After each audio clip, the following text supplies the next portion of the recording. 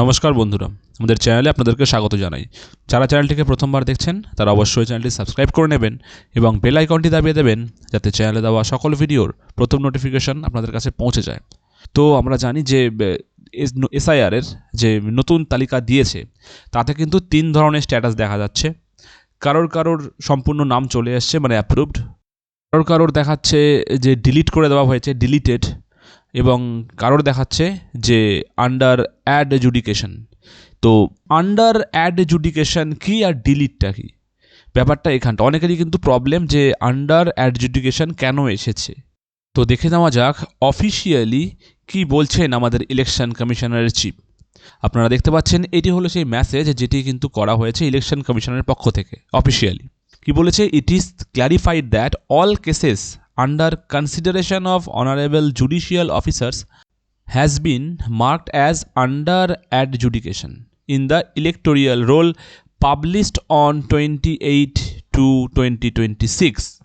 মানে এটি স্পষ্ট করা হচ্ছে যে মাননীয় বিচারিক কর্মকর্তাদের বিবেচনাধীন সকল মামলাকে 28/2/2026 তারিখে প্রকাশিত নির্বাচনী তালিকায় আন্ডার অ্যাডজুডিকেশন হিসাবে চিহ্নিত করা হয়েছে। বিবেচনাধীন মানে কি দাঁড়াচ্ছে? যাদের এখনও পর্যন্ত কোনো রকমভাবে ডিসিশন নেওয়া হয়নি, যাদের ভেরিফিকেশন কমপ্লিট হয়নি। এরপরে কি বলছে দেখুন, এরপরে বলছেন the LD judicial officers are working under the guidance of the Calcutta high court as per the order of the honourable supreme court. It will be pertinent to mention that certain names have been marked as under adjudication since the concerned ERO অথবা AERO did not decide them after hearing. As a result, those names being pending were sent for adjudication by judicial officers as per the order of the Honorable Apex Court. মানেটা কি দাঁড়াচ্ছে? মানেটা এরকম দাঁড়াচ্ছে, মাননীয় বিচারক কর্মকর্তারা মাননীয় সুপ্রিম কোর্টের নির্দেশ অনুসারে কলকাতা হাইকোর্টের তত্ত্বাবধানে কাজ করছে। তো এখানে উল্লেখ করা দরকার যে সংশ্লিষ্ট AERO বা ERO যারা আছে তারা শুনানির পর সিদ্ধান্ত নিতে পারেনি যে কাদের নাম কোথায় রাখা যাবে, সেই পার্সনসদের নাম আন্ডার অ্যাডজুডিকেশন হিসাবে চিহ্নিত করা হয়েছে। এর ফলে কি হয়েছে, যেসব নাম মুলতুবি ছিল সেগুলো মাননীয় সর্বোচ্চ আদালতের নির্দেশ অনুযায়ী বিচারক কর্মকর্তাদের নিকট বিচারাধীন করার জন্য প্রেরণ করা হয়েছে।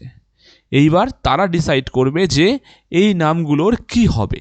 পরের পোস্টটিকে যদি আমরা দেখি, দেখুন পরের পোস্ট কি বলেছে। Nowhere has it been attributed by CEO West Bengal that all the cases under adjudication were due to indecision by EROs। মানে ওয়েস্ট বেঙ্গলের সিইওর পক্ষ থেকে কোথাও বলা হয়নি কিন্তু যে বিচারাধীন সমস্ত মামলায় EROদের সিদ্ধান্তহীনতার কারণে হয়েছে। However, certain number of cases remained pending at the end of ERO by AERO and were therefore referred for adjudication, which is factually verifiable. মানে তবে নির্দিষ্ট সংখ্যক মামলা ERO বা AEROর পর্যায়ে মুলতুবি থেকে গিয়েছিল এবং সেই কারণেই কিন্তু সেগুলো বিচারিক নিষ্পত্তির জন্য প্রেরণ করা হয়েছে, যা বাস্তব তথ্যের মাধ্যমে যাচাইযোগ্য। ব্যাপারটা কী দাঁড়ালো, যাদের আন্ডার অ্যাডজুডিকেশন আছে তাদের চিন্তার কিচ্ছু নেই। আবার আপনার ডকুমেন্টস ভেরিফাই করা হবে এবং তারপরে যদি আপনি সেই ডকুমেন্টসে পাস করে যান তাহলে অবশ্যই আপনার এটা অ্যাপ্রুভ হয়ে যাবে এবং আপনার নাম ভোটার লিস্টে এসে যাবে।